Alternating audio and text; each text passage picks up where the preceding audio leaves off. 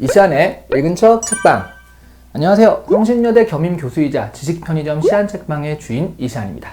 지구인 여러분, 요즘 자고 일어나도요 뭔가 개운치 않고, 그리고 그냥 가끔 가슴이 답답하기도 하고요. 저는 길을 가다가 가끔 뭔가 우라가 치미는 그런 느낌 있잖아요. 뭔가 차 있는데 뻥 뚫리지 않는 그런 느낌을 겪을 때도 있거든요. 그리고 무슨 일을 해도요 피곤하기만 하고 어떤 성취감이 잘 안 드시는 분들, 그런 분들 꽤 많으시죠. 제가 이렇게 쪽집게 같이 맞추느냐? 왜냐하면 그 원인 중에 굉장히 많은 부분이 바로 마음속에 있는 불안 때문이거든요. 경제 상황에 대한 불안일 수도 있고요. 아니면 미래에 대한 불안일 수도 있고, 아니면 인정받지 못함에 대한 불안일 수도 있는데, 그런데 현대인이라면 누구나 마음속에 이런 불안 하나쯤은 가지고 있기 때문에 누구에게나 이런 비슷한 증상들이 나타나는 것입니다. 그래서 이 불안에 대한 원인을 찾아내고요, 그에 대한 해법을 생각해보는 책이 바로 오늘 여러분과 같이 볼 이 책, 알랭드 보통의 불안입니다. 이 책은 상당히 직관적으로 구성되어 있습니다. 차례에 보면요, 원인과 해법 이렇게 딱 두 파트로 되어 있고요. 제목만 봐도 뭔지 알 수 있게 되어 있어요.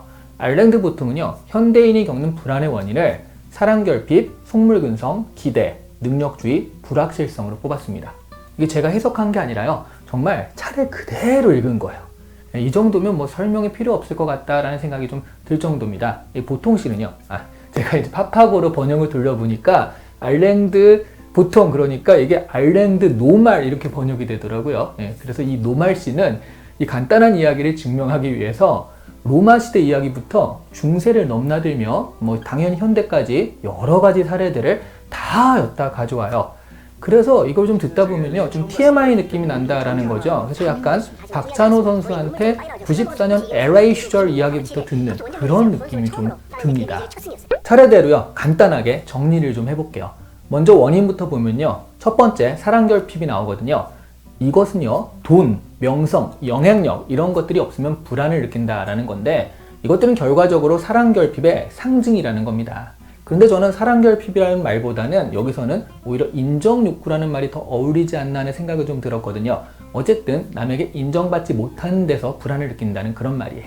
두 번째 원인으로 뽑고 있는 속물근성은요, 일정한 지위를 얻지 못하게 될 때 느끼는 불안을 설명합니다. 속물들이 집착하는 것이 바로 사회적 지위와 그에 따른 대접이거든요. 그리고 현대사회에서는 그 사회적 지위가 돈과 연결되기도 하죠. 세 번째 원인으로 뽑는 기대라는 건 사회적 기대를 충족시키지 못할 때 느껴지는 그런 불안을 말하고요. 네 번째, 경제적 능력주의는요, 자신의 능력과 부가 동일시되는 그런 사회에서 가난은요, 불편함과 더불어 자신의 능력 없음을 말하는 모욕이 되기 때문에 이 가난에 대한 불안이 가중될 수밖에 없다라는 얘기죠. 그리고 다섯 번째로 뽑고 있는 세계의 불확실성이라는 건 당연히 이 불확실성이 불안을 느끼는 원인이 된다는 것은 말할 필요도 없죠. 불안의 해법편은요, 이보다 더 간단하게 되어 있습니다. 철학, 예술, 정치, 기독교, 보헤미아 이렇게 5가지를 뽑고 있는데요. 첫 번째, 그러니까 철학은 뭐냐면, 원래 불안의 본질은요, 남들과의 비교, 관계에서 나오는 비교열이거든요. 그러니까 비교 우위 말고요, 비교열이요. 그런데 이 철학은 여기서 어떤 역할을 하냐면, 다른 사람의 시선 따위는 중요하지 않고 스스로의 내면이 중요하다라고 다독여주는 역할을 한다는 거죠.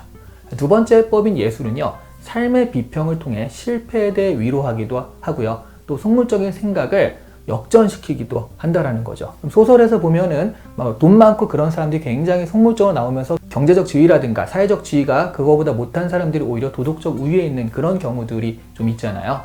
세 번째 해법인 정치는요, 이상적인 기준을 바꾸는 역할을 할 수 있다라는 얘기인데요. 지금은 부유함이 바람직한 기준이 되어 있지만 사실 중세 유럽에서는 가난이 오히려 이상적인 기준이 되기도 했습니다.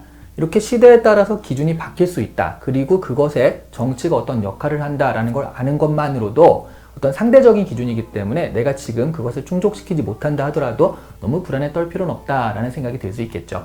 자, 네 번째 해법인 기독교는요, 기독교라고 하지만 종교 전체를 일컫는 것이다 라고 보시면 될 것 같은데요. 죽음이라든가 어떤 황대함, 이런 거 앞에서는 사실은 아주 보잘것없고 하찮은 다 똑같은 것이다 라는 느낌을 줄 수 있다라는 거고요. 그리고 사후세계와 현재의 세계가 딱 구분됨으로써 지금 가지지 못한 것을 사후세계에서는 가질 수도 있을 것이다 라는 믿음을 준다라는 거죠. 그리고 마지막 해법인 보헤미아는 이게 좀 애매하긴 한데요. 굳이 따지자면 돈이나 지위 같은 세속가치에 매몰되지 않는 감정적 자유? 뭐 이런 정도로 우리가 좀 번역해서 얘기할 수 있을 것 같아요. 인사이더보다는 우월한 아웃사이더라고 설명될 수도 있는데요. 집단에서 벗어나 개인에 집중함으로써 집단의 어떤 일정 기준에 못 미칠 때 나오는 불안을 아예 근본부터 없애버리는 거예요. 그건 아무것도 아니야. 나는 내가 중요한 거니까. 자, 이런 식의 생각을 하게 만드는 거죠. 알랭드 보통의 불안에 나온 원인과 해법은요. 사실 다 비슷한 말을 조금씩 다르게 표현한 것 같은 그런 느낌이에요. 그래서 크게 정리해보면 이렇게 얘기할 수 있을 것 같은데요. 불안의 본질은 남들만큼 가지지 못함이고요. 또 하나는 그것을 가지고 있다 하더라도 그것을 언제든지 잃을 수 있다는 가능성에 있다는 거죠.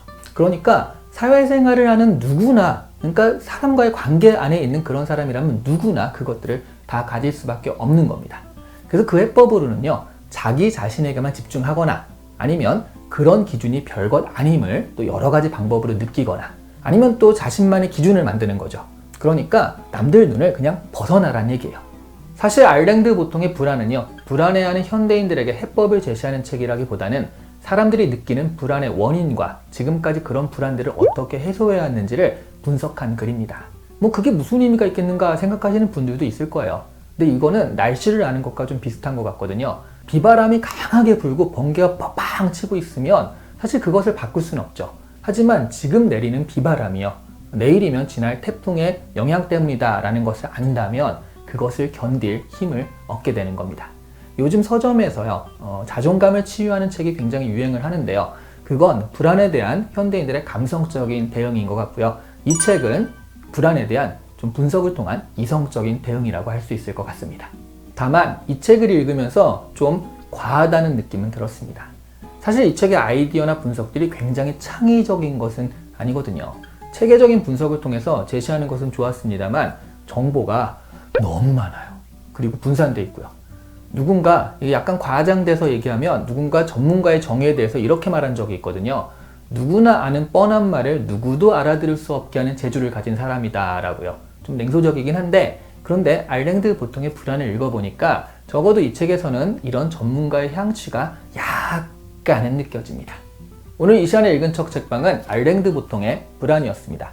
알랭드 보통의 불안은요, 꾸준히 많이 나가는 스테디셀러입니다. 그건 그만큼 현대인들은 누구나 보편적으로 불안에 시달리고 있다는 뜻일 겁니다. 저도 우리 시안책방이 지구인 여러분에게 큰 사랑을 받지 못하게 될까봐 늘 불안에 시달리고 있습니다. 그 불안에 대한 해법은요, 지구인 여러분이 바로 주실 수 있거든요. 좋아요와 구독입니다. 감사합니다.